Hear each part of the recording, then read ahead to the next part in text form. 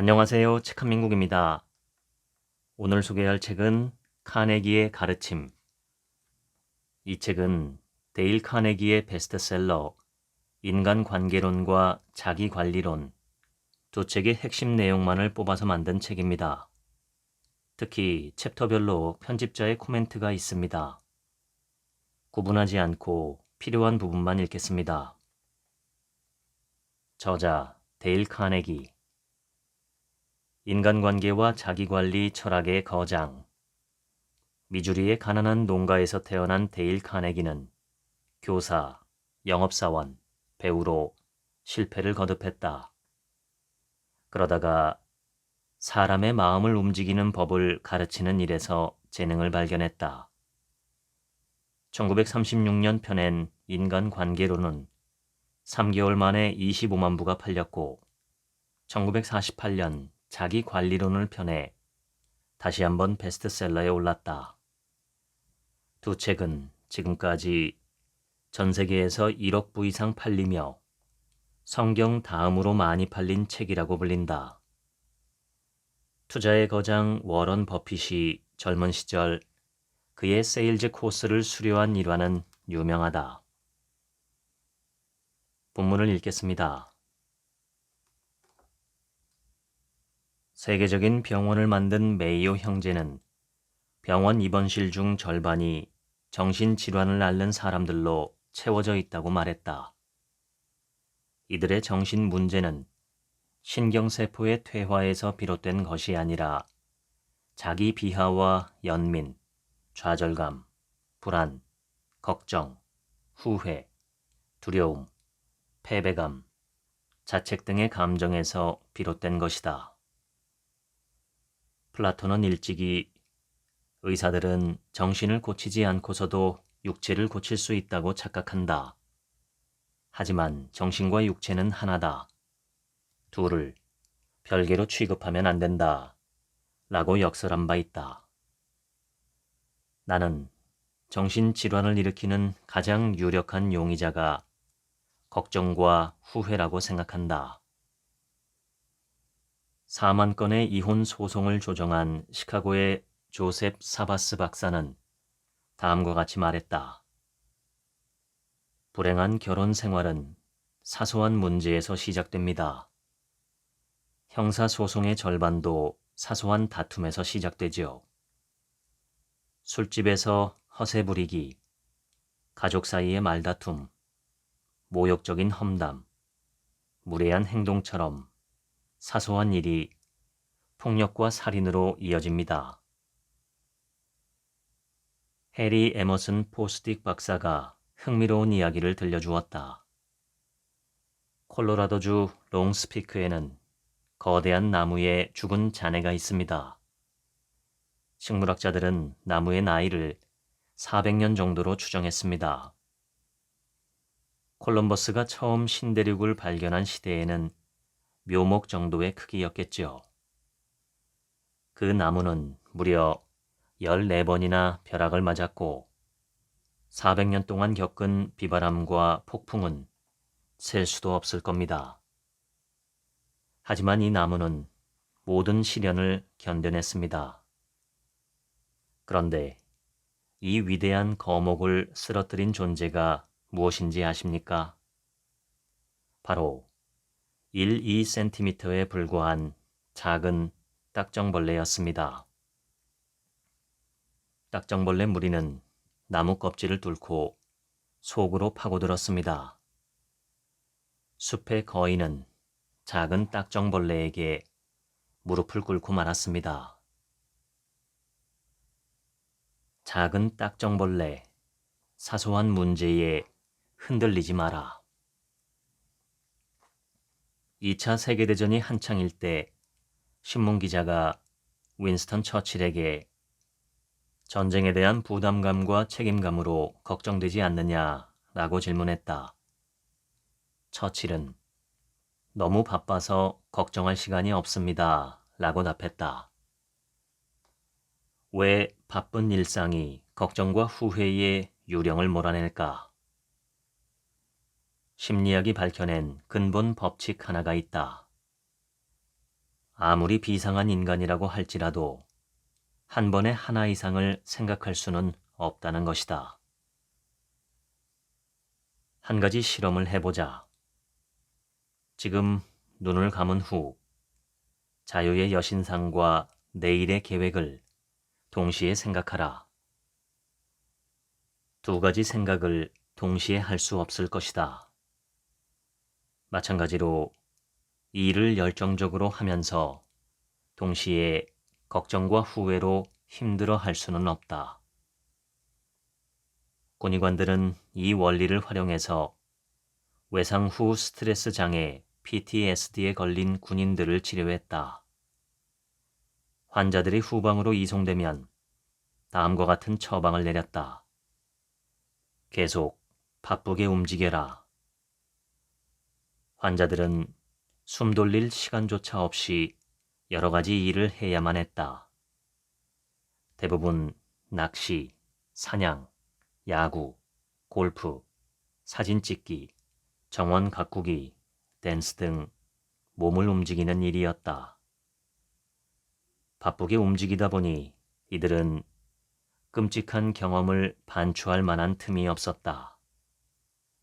이러한 치료를 작업요법이라고 한다.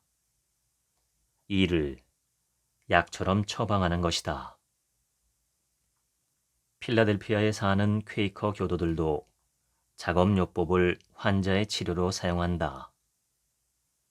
내 지인이 퀘이커 교도가 운영하는 요양원에 방문했는데 그는 정신병을 앓는 환자들이 열심히 차원을 짜는 모습을 보고 충격을 받았다. 요양원이 가난하고 불쌍한 환자들을 착취한다고 생각했다.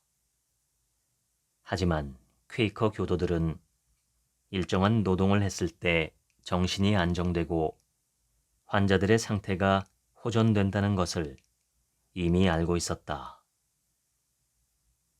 정신과 의사들은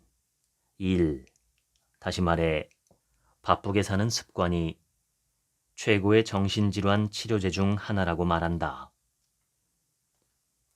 조지 버나드 쇼의 말이 옳았다. 불행해지는 비결은 자신이 행복한지 아닌지에 대해 끊임없이 질문하는 것이다. 당장 소매를 걷어붙이고 부지런히 움직여라. 슬픔의 치료약은 의지가 아니라 움직임이다. 우리 뇌에는 아무것도 하지 않을 때 자동으로 켜지는 회로가 있다. 기본 모드 회로 DMN이다. 뇌가 특정 과업에 집중하지 않고 멍 때리기나 휴식, 자기 성찰 같은 상태일 때 활성화되는 뇌 영역의 네트워크를 뜻한다.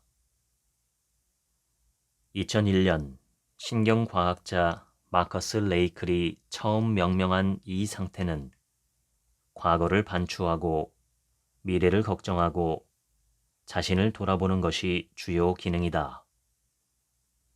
DMN은 정상 생활을 위해 반드시 필요한 과정이다.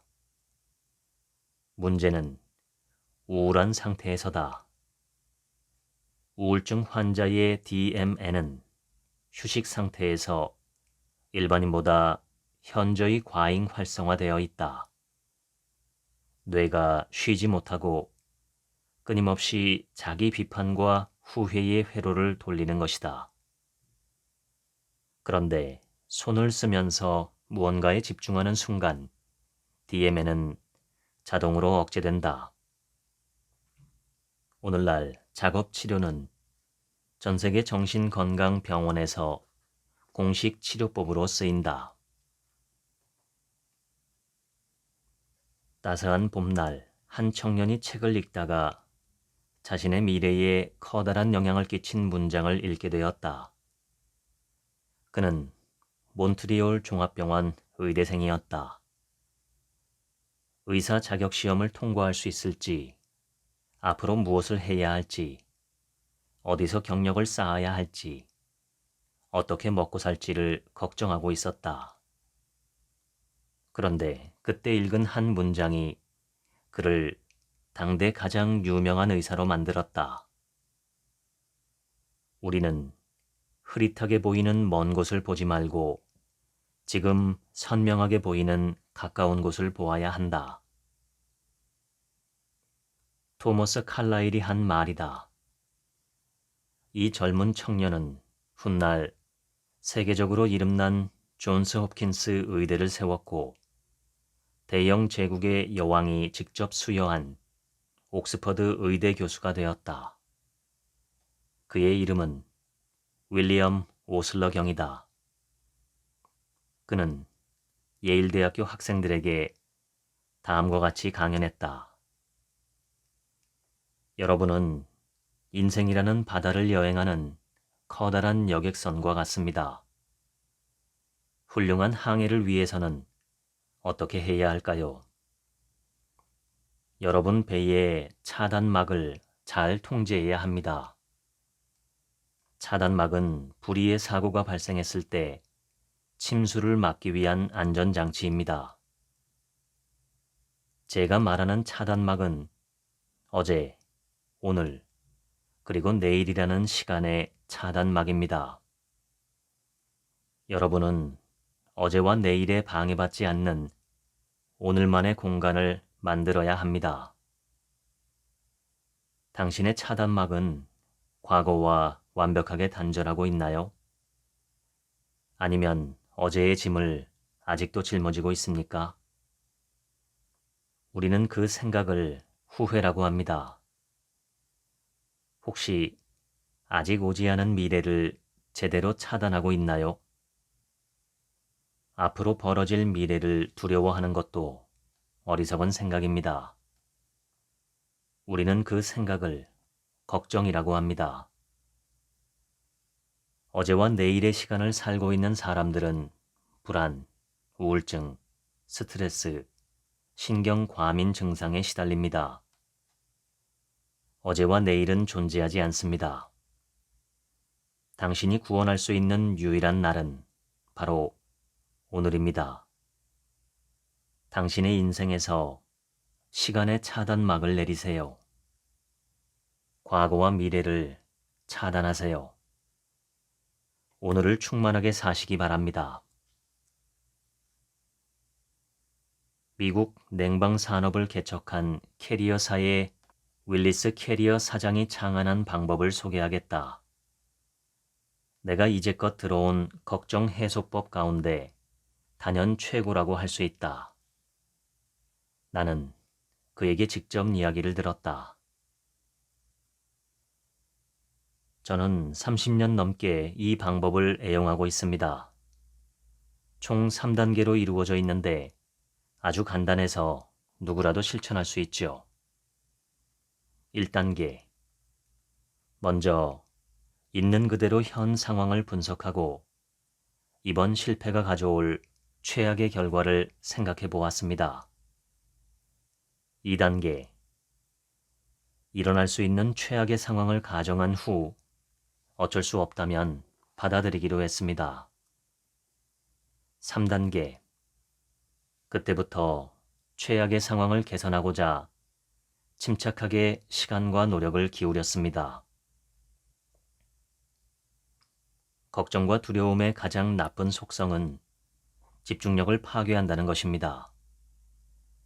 걱정을 하면 마음이 산란해져 결단력을 잃어버립니다. 하지만 최악의 상황을 마음속으로 받아들이면 막연한 두려움은 사라지고 문제에 집중하게 됩니다. 심리학의 아버지 윌리엄 제임스는 이미 일어난 일을 받아들이는 결심은 모든 불행을 극복하는 첫 단계라고 말했다. 최악의 상황을 마음으로 받아들이면 더 잃을 것이 없다. 그러면 얻을 수 있는 것만 남는다. 다음은 레온 심킨의 이야기다. 그는 뉴욕 록펠러 센터에 있는 미국의 대형 출판기업 사이먼 앤 슈스터의 공동 경영자다. 그의 이야기를 한번 들어보자. 저는 10년간 하루의 절반 정도를 여러 회의와 현안에 대해 논의하며 보냈습니다. 부하 직원들은 해결해야 할 문제를 갖고 매시간 방문했고 끊임없는 의사결정을 해야만 했습니다. 그런데 제가 멋진 아이디어 하나를 만들었습니다. 저는 10년간의 회의 문화와 상담 방식을 모두 무시하기로 결심했습니다. 저는 문제 해결을 위해 찾아오는 직원들에게 다음의 4가지 질문에 대해 보고서를 미리 작성해서 제출하도록 했습니다. 질문 1. 무엇이 문제인가? 질문 2. 문제의 원인은 무엇인가? 질문 3. 해결책에는 어떤 대안들이 있는가? 질문 4. 어떤 해결책을 선택할 것인가? 직원들에게 4가지 질문 방식을 미리 요청한 뒤 회의 시간의 50%가 줄었고 업무 스트레스는 70%나 줄어들었습니다. 다시 한번 읽어보자. 1. 무엇이 문제인가? 2. 원인은 무엇인가? 3. 해결책에는 어떤 대안이 있는가? 4. 어떤 해결책을 선택할 것인가? 미국의 수도 워싱턴 DC에는 미국의 3대 대통령 토머스 제퍼슨을 기념하는 제퍼슨 기념관이 있다. 어느 날 새로운 기념관장이 부임했다. 그는 기념관을 둘러보다가 대리석으로 만든 벽이 다른 건물보다 유달리 빠르게 부식되고 있음을 발견했다.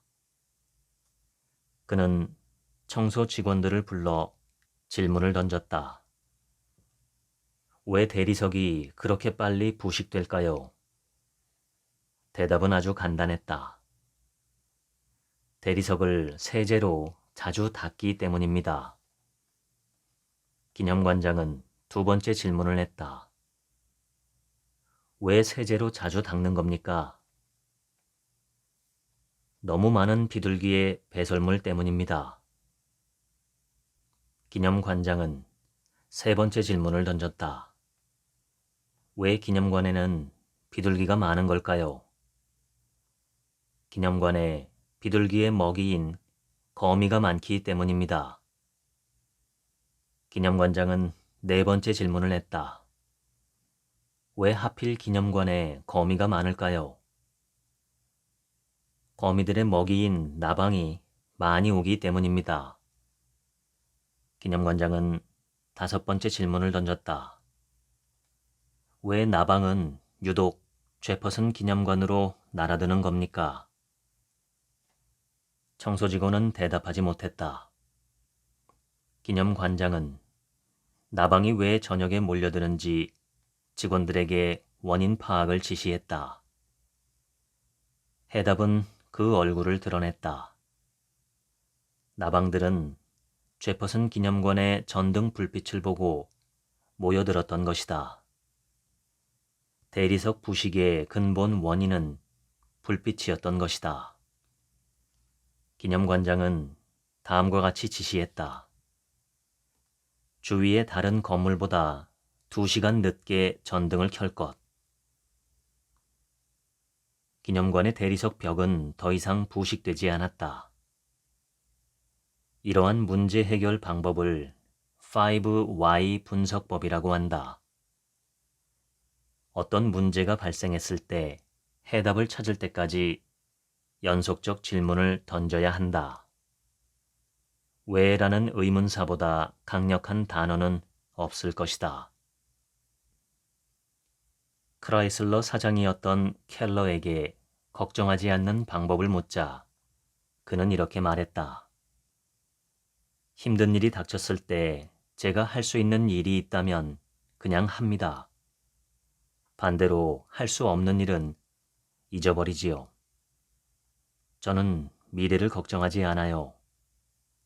앞으로 어떤 일이 벌어질지 예측할 수 있는 사람은 없기 때문입니다.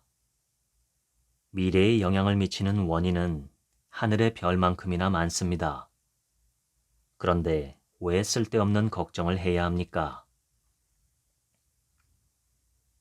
에픽테토스는 행복으로 가는 길은 오직 하나밖에 없습니다. 우리의 의지를 벗어나는 일은 걱정하지 않는 것이지요. 라고 말했다. 수전 놀렌, 혹세마와 그의 동료들은 사별을 경험한 253명의 성인을 추적했다. 1개월 후, 6개월 후 두 차례에 걸쳐 우울의 수준을 측정했다.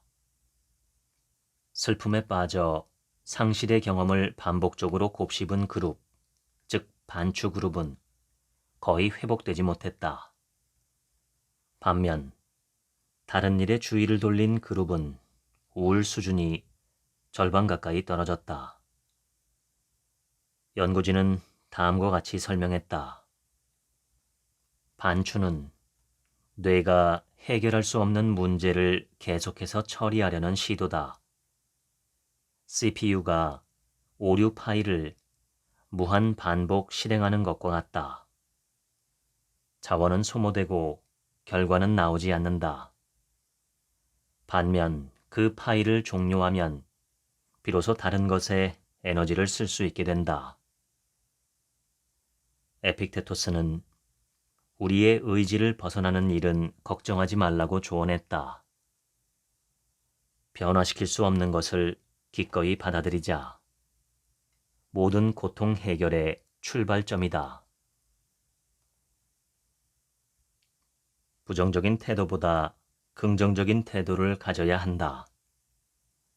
관심을 가져야 하는 것은 맞지만 마냥 걱정하는 것은 도움이 되지 않는다. 관심과 걱정의 차이는 무엇일까? 관심은 문제가 무엇인지 깨닫고 침착하게 대처하기 위해 조치를 취하는 것이다. 반면 걱정은 쓸데없이 쳇바퀴를 미친 듯이 도는 무의미한 행동과 다르지 않다. 위대한 스토아 학파 철학자 에픽테토스는 몸의 종양과 종기를 제거하는 것보다 마음속에 잘못된 생각을 없애는데 관심을 두어야 한다고 강조했다.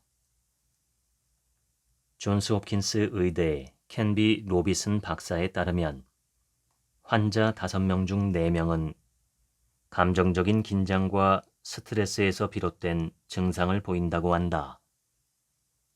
육체적 장애도 그런 이유로 발생하는 경우가 많다. 심리학의 최고 권위자 윌리엄 제임스는 행동은 감정을 따르는 것처럼 보이지만 실제로 행동과 감정은 함께 간다. 따라서 의지로 통제할 수 있는 행동을 조절한다면 감정도 간접적으로 조절할 수 있다. 라고 말했다. 마음을 먹는다고 해서 곧바로 감정을 바꿀 수는 없다. 하지만 적어도 당신은 행동을 바꿀 수 있다. 그리고 행동을 바꾸면 자연스럽게 감정도 바뀌기 마련이다. 그는 잃어버린 기쁨을 되찾는 가장 훌륭한 방법은 이미 즐거운 사람처럼 말하고 행동하는 것이다. 라고 말했다. 미소와 함께 가슴을 쭉 펴고 숨을 깊이 들이마셔라. 흥겨운 노래를 불러라. 노래를 부를 수 없다면 휘파람을 불어도 좋고 휘파람을 불 수 없다면 콧노래만으로도 충분하다. 행복한 행동을 일부러 하다 보면 우울하게 지내는 것이 불가능해질 것이다.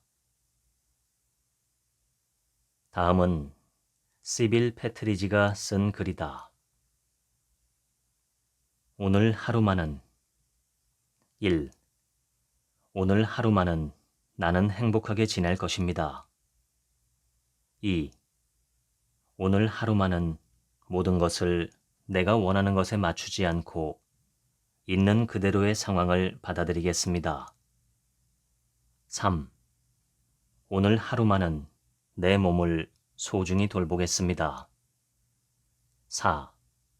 오늘 하루만은 정신을 단련하겠습니다. 5.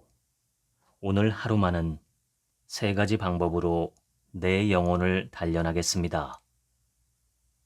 남모르게 선행 1가지를 할 것이고 하기 싫은 일은 적어도 2가지를 할 것입니다. 6. 오늘 하루만은 남과 조화롭게 지내겠습니다.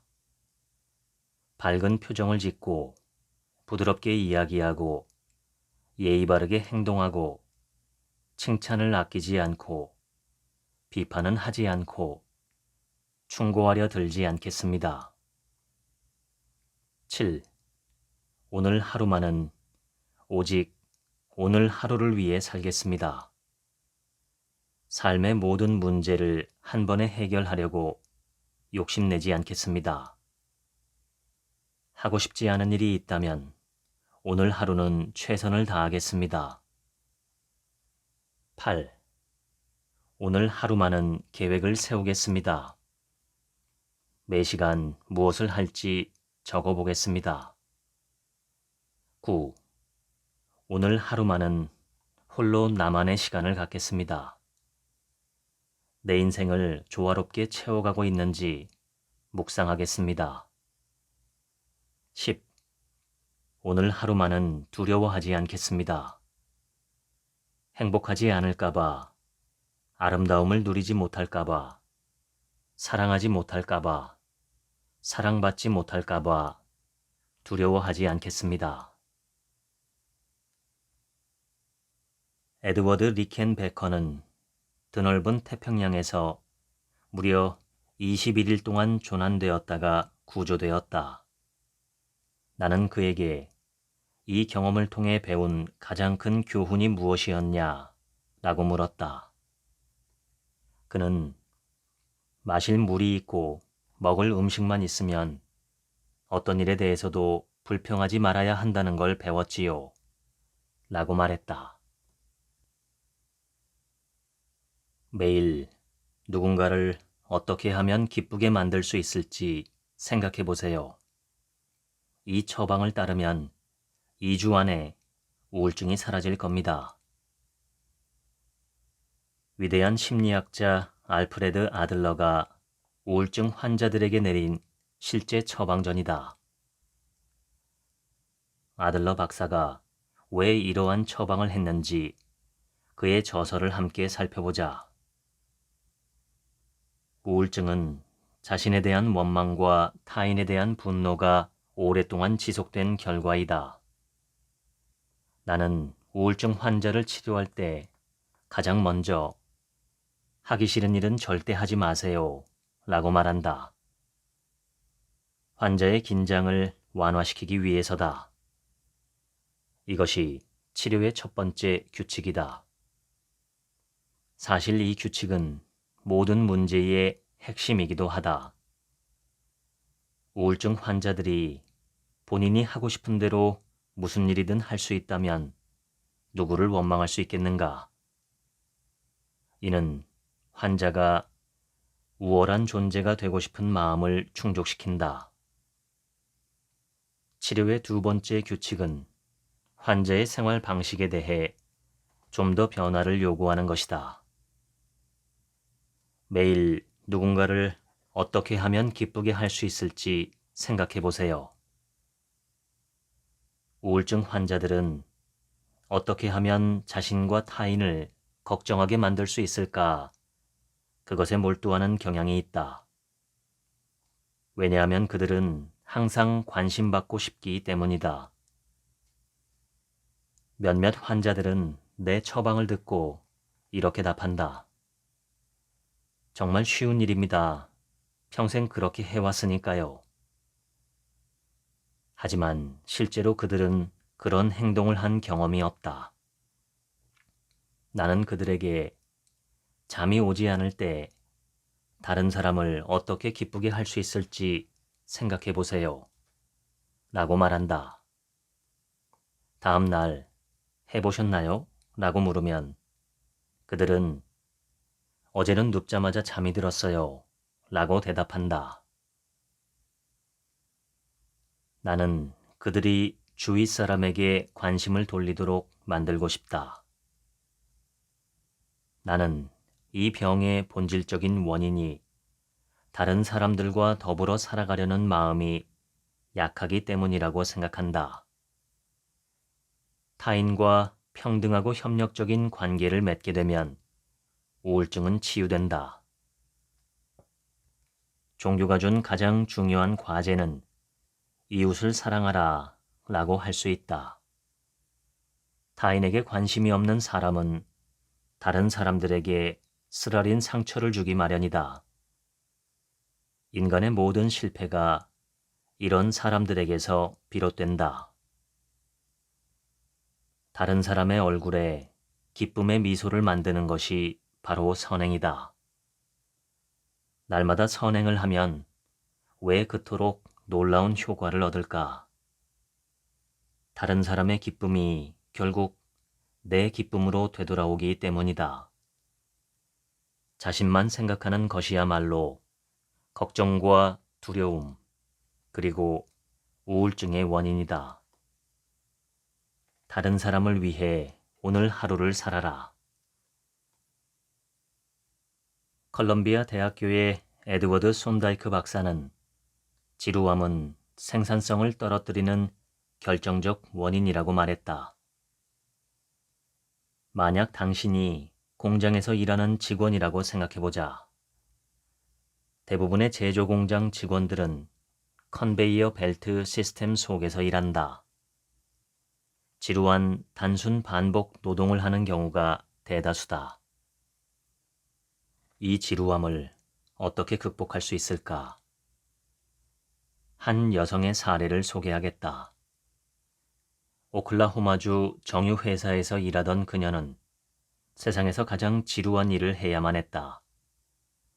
유전 관련 문서에 수치와 통계를 채워넣는 단순 반복적인 일이었다. 그녀는 너무나 큰 지겨움을 느꼈다.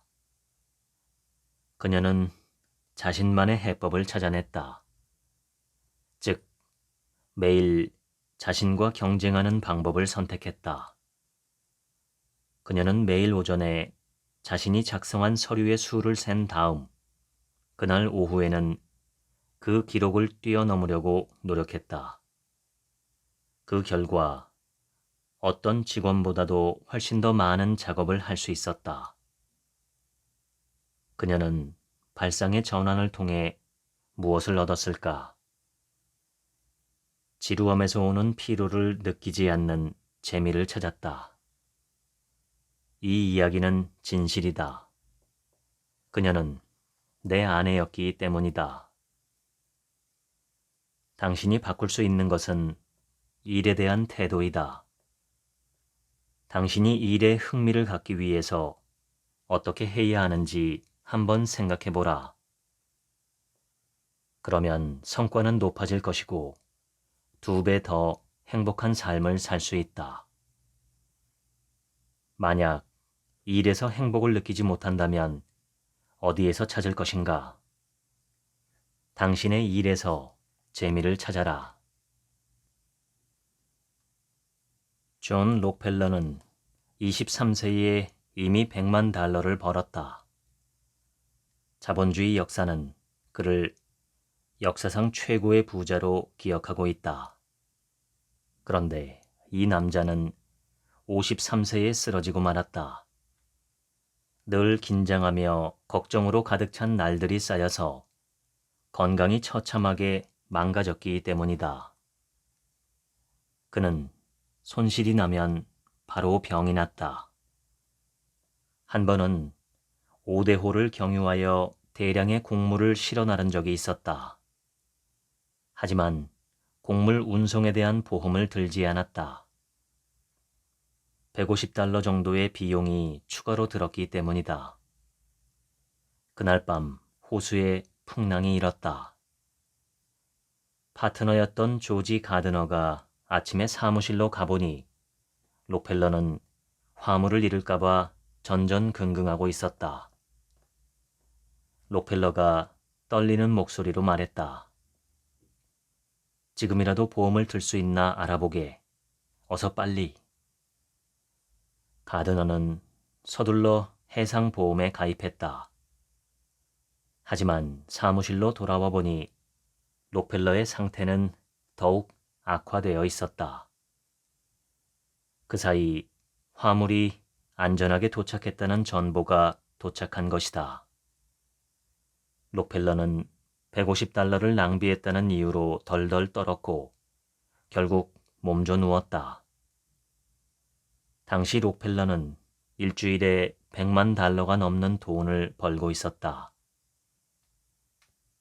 오직 돈밖에 모르는 사람이었다.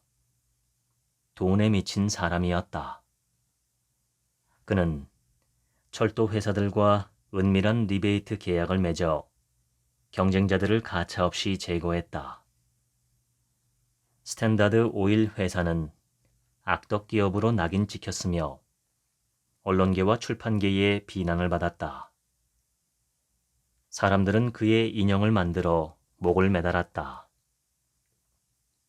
그는 걱정, 근심, 신경쇠약, 불면증, 소화불량, 탈모에 시달렸다. 담당 의사는 다음과 같이 조언했다.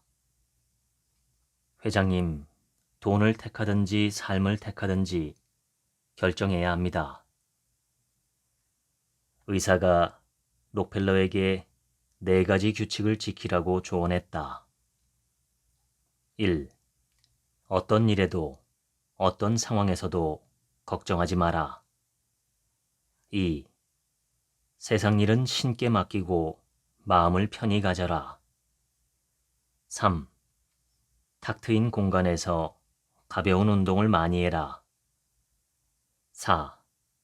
좋은 음식을 섭취하고 배부르기 전에 먹는 것을 멈춰라. 록펠러는 이 규칙들을 철저히 지켰다. 사람들을 위해 수백만 달러를 기부하기 시작했다. 그는 마침내 평화를 얻고 행복해졌다. 록펠러는 53세의 삶의 목적을 바꿨다. 돈을 버는 것에서 돈을 나누는 것으로 말이다. 시카고 대학교를 설립하고 록펠러 재단을 만들고 셀 수 없는 기부를 실행했다. 그리고 98세까지 장수했다. 제 인생은 사람들에게 즐거움을 주는 것이었습니다.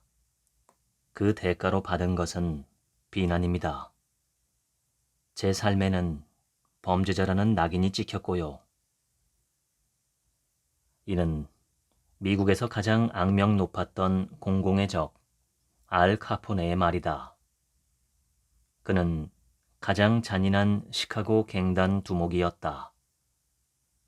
그는 자신의 잘못을 전혀 반성하거나 후회하지 않았다. 자신은 제대로 평가받지 못한 공공의 은인이라고 생각했다. 뉴욕의 싱싱교도소 루이스 로스 소장은 이렇게 말했다. 싱싱교도소 범죄자 중 자신을 나쁜 놈이라고 생각하는 사람은 거의 없습니다. 이들은 자신을 합리화하고 변명합니다. 왜 금고를 털 수밖에 없었는지, 왜 방아쇠를 당길 수밖에 없었는지 자신을 합리화하는 인간들입니다. 그들은 자신이 억울하다고 생각합니다. 나는 인간이라는 존재가 아무리 잘못을 저지르더라도 자신을 비판하지 않는다는 사실을 전혀 몰랐다. 30살이 넘은 후에야 이 불변의 진실과 대면할 수 있었다. 자신을 반성하지 않는 존재가 다른 사람의 지적을 받아들일까? 절대 그렇지 않다. 그래서 비난은 아무런 쓸모가 없다. 비난은 위험하다. 사람들이 소중히 여기는 자부심에 상처를 입히고 적개심을 불러일으키기 때문이다. 비난과 비판은 어떤 좋은 결과도 낳지 못한다는 사실을 보여주는 역사적인 사례는 수도 없이 많다. 잘못을 저지른 사람은 자신이 아닌 다른 사람을 비난한다. 우리는 비난과 비판으로 상대방을 바꿀 수 없다. 젊은 시절 링컨은 다른 사람들을 비판하거나 조롱하는 편지를 즐겨 썼다.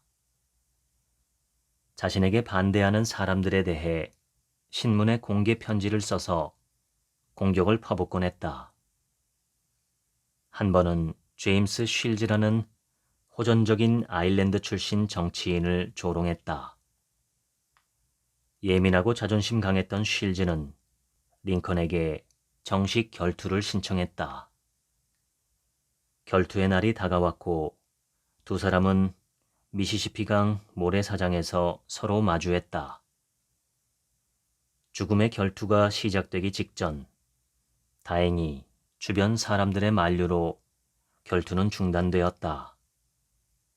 이 사건은 젊은 링컨에게 커다란 영향을 미쳤다. 링컨은 다른 사람을 절대로 비난하거나 비판하지 않기로 결심했다. 이후 다른 사람을 모욕하거나 조롱하는 편지를 쓰지 않았다. 신조차도 심판의 날이 오기 전까지는 인간을 심판하지 않는다. 그런데 당신과 내가 감히 그래서야 되겠는가? 비판, 비난을 하지 말라. 상대는 변하지 않는다. 세상에서 다른 사람에게 어떤 일을 하도록 만드는 유일한 길은 그 일을 스스로 하고 싶도록 만드는 것이다. 다른 방법은 없다. 프로이트에 따르면 인간이 어떤 행동을 하는 동기는 크게 두 가지다. 하나는 성적 충동이고 다른 하나는 위대한 사람이 되고 싶은 욕망이다. 미국의 철학자 존 듀이는 인간 본성의 가장 깊은 충동은 중요한 사람이 되고 싶은 욕망이라고 말했다. 인정받고 싶은 욕망은 그 무엇보다 우선한다. 자신이 중요한 사람이 되고 싶은 욕망이야말로 인류와 동물을 구분짓는 중요한 차이 중 하나다. 정신과 의사에 따르면 현실에 적응하지 못한 사람들은 중요한 사람이라는 느낌을 찾기 위해서 정신 이상이라는 꿈의 세계를 헤맨다고 한다.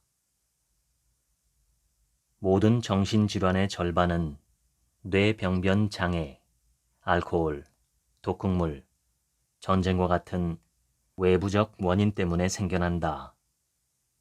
하지만 나머지 절반의 환자들은 뇌세포 검사상 전혀 이상이 없다고 한다. 이들은 왜 정신 이상이 왔을까? 나는 한 유명한 정신병원 원장에게 이 질문을 던졌다. 그는 한참을 고민한 후 모르겠다라고 답했다. 하지만 그는 정신질환 환자들 중 다수는 자신이 만든 가상 세계에서 현실 세계에서는 얻지 못하는 중요한 사람이 된 느낌을 누리는 것 같다고 말했다. 미국 자동차 산업을 이끌었던 헨리 포드는 내 성공의 비결은 다른 사람의 관점으로 보는 능력이다 라고 말했다. 성경은 남에게 대접받고자 하는 대로 남을 대접하라 라고 말했고, 동양에는 역지사지라는 사자성어가 있다. 입장을 바꿔서 상대의 관점에서 생각해 보라는 의미다. 성공의 비결은 다른 사람의 관점으로 보는 능력이다. 예수는 한 문장으로 이 가르침을 요약했다. 네가 대접받고 싶은 대로 다른 사람을 대접하라. 모든 인간은 인정받고 싶어 한다.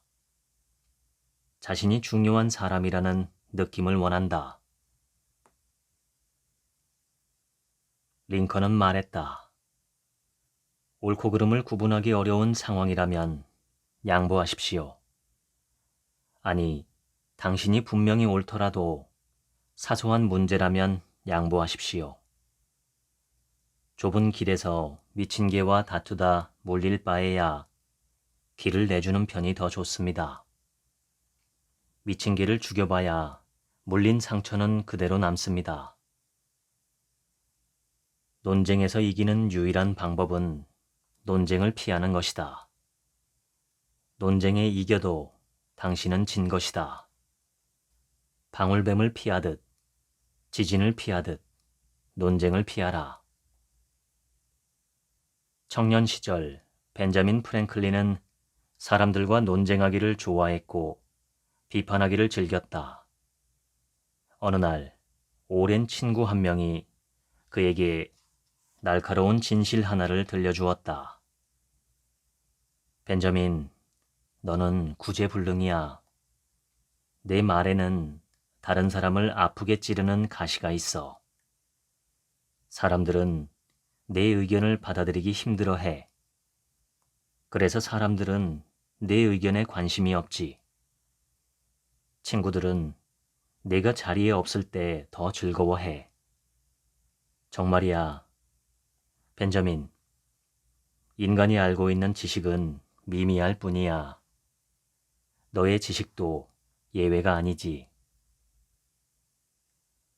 벤자민 프랭클린은 친구의 고언을 통해 자신이 실패한 인간의 길을 걷고 있음을 깨달았다. 프랭클린은 완전한 변화를 선택했다. 그는 다음과 같이 말했다. 나는 다른 사람의 의견에 반대하는 어떠한 말과 행동도 하지 않기로 했습니다.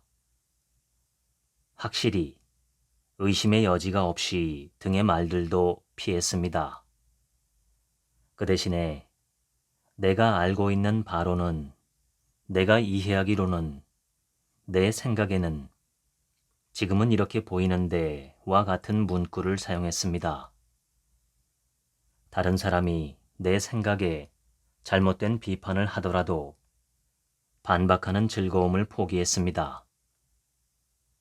당신의 의견이 옳을 수도 있지만 나는 조금 다르게 생각한다 라고 말했습니다. 태도를 바꾸자 금방 효과가 나타났죠. 대화는 더 즐겁게 되었습니다.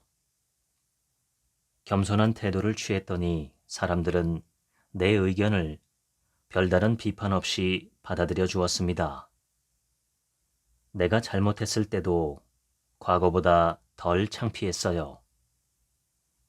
내가 올바른 의견을 제시했을 때는 사람들이 기꺼이 자신의 잘못된 생각을 인정했습니다.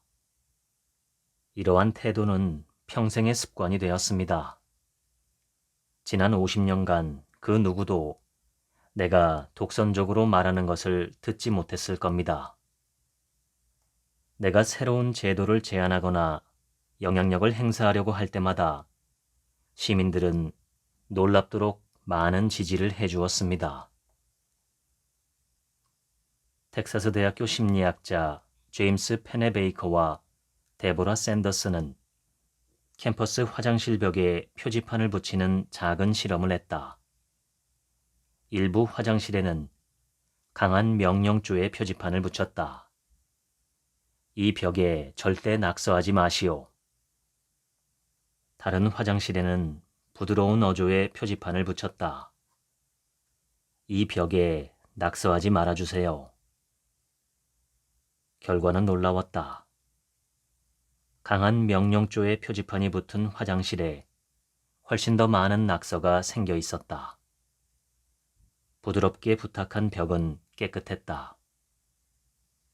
사람은 자신의 판단과 행동의 자유가 외부로부터 위협받는다고 느끼는 순간 그 자유를 지키기 위해 반대 방향으로 더 강하게 움직인다. 위협이 강할수록 반발도 커진다. 당신은 틀렸다 라는 말은 상대의 판단의 자유에 대한 직접적인 침해다. 그 신호가 켜지는 순간 뇌는 메시지의 내용을 처리하기도 전에 먼저 방어 체계를 작동시킨다. 옳은 말을 강하게 할수록 상대는 그 말을 받아들이지 않고 자신의 기존 입장을 더 단단히 붙든다. 켈빈 쿨리지가 대통령이던 시절 내 친구가 백악관에 초대받아 주말 동안 머무른 적이 있었다. 그는 대통령의 개인 집무실을 둘러보고 있었는데 쿨리지 대통령이 비서에게 말하는 이야기를 우연히 듣게 되었다. 오늘 드레스가 예쁘군요. 당신은 정말 매력적인 여성입니다. 쿨리지 대통령은 말수가 적기로 유명했다. 비서는 예상치 못한 칭찬에 몸둘 바를 몰라 했다. 그런 뒤 그는 덧붙였다. 연설문의 오타에 조금만 더 신경 써주면 좋겠습니다. 쿨리지 대통령은 최고의 심리학자라고 생각한다. 상대를 칭찬한 뒤 자신이 원하는 바를 지적했다. 이발사는 칼을 대기 전에 먼저 거품을 바른다. 칭찬을 듣고 난 후에는 불쾌한 이야기를 감당하기가 훨씬 쉬워지기 마련이다.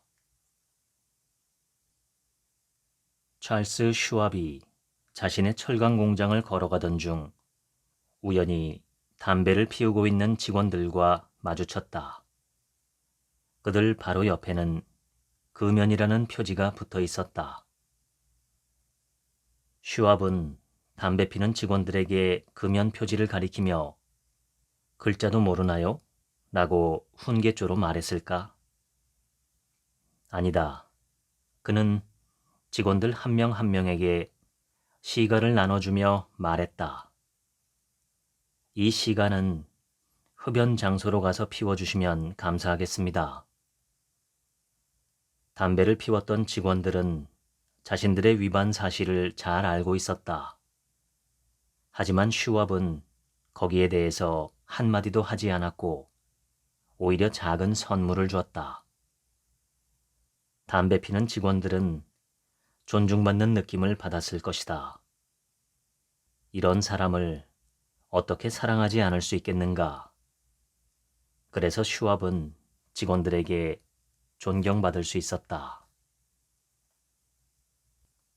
어떤 일을 할 때는 다른 사람의 체면을 세워줘라.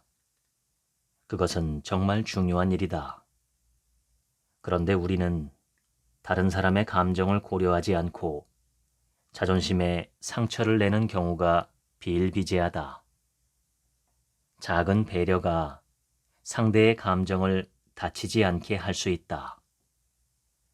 다른 사람의 입장을 공감하고 체면을 세워주어라. 루이스 로스 교도소장은 비정한 범죄자들조차 사소한 개선에 대해 칭찬받을 때 긍정적인 피드백이 온다는 것을 일찍이 알고 있었다. 로스 소장으로부터 편지를 받았다. 수감자들의 잘못을 비난하는 것보다 노력에 대한 적절한 인정이 그들의 재활에 훨씬 긍정적인 영향을 미칩니다. 사람들이 당신의 칭찬을 통해 좋은 평판을 갖게 만들어라. 그리고 차분하게 지켜보라. 모든 사람은 자신에게 주어진 평판에 부응하려고 할 것이다. 개나 고양이에게도 좋은 이름을 지어줘야 한다. 싱싱교도소장 로스는 말했다. 상대방이 명예를 소중히 생각하는 신사인 것처럼 대우하세요. 그러면 상대는 당신의 기대에 부응하기 위해 노력할 것입니다. 이 책을 읽으면서 당신은 어쩌면 이렇게 생각했을지 모른다. 이건 너무 당연하고 뻔한 이야기 아닌가? 맞다. 당연한 이야기들이다. 그런데 나는 평생 사람들을 만나면서 이 평범한 진리를 몸소 실천하는 사람들을 좀처럼 보지 못했다. 이 책의 원칙들은 한 번 읽고 터득하는 지혜가 아니다. 매일 아침 다시 선택해야 하는 태도다. 모든 사람은 중요한 사람이 되고 싶어 한다. 모든 사람은 인정받고 싶어 한다. 모든 사람의 가슴에는 아직 깨어나지 않은 무언가가 잠들어 있다. 지금까지 카네기의 가르침 읽어드렸습니다. 오늘은 하루치 생각이 없습니다. 들어주셔서 감사합니다.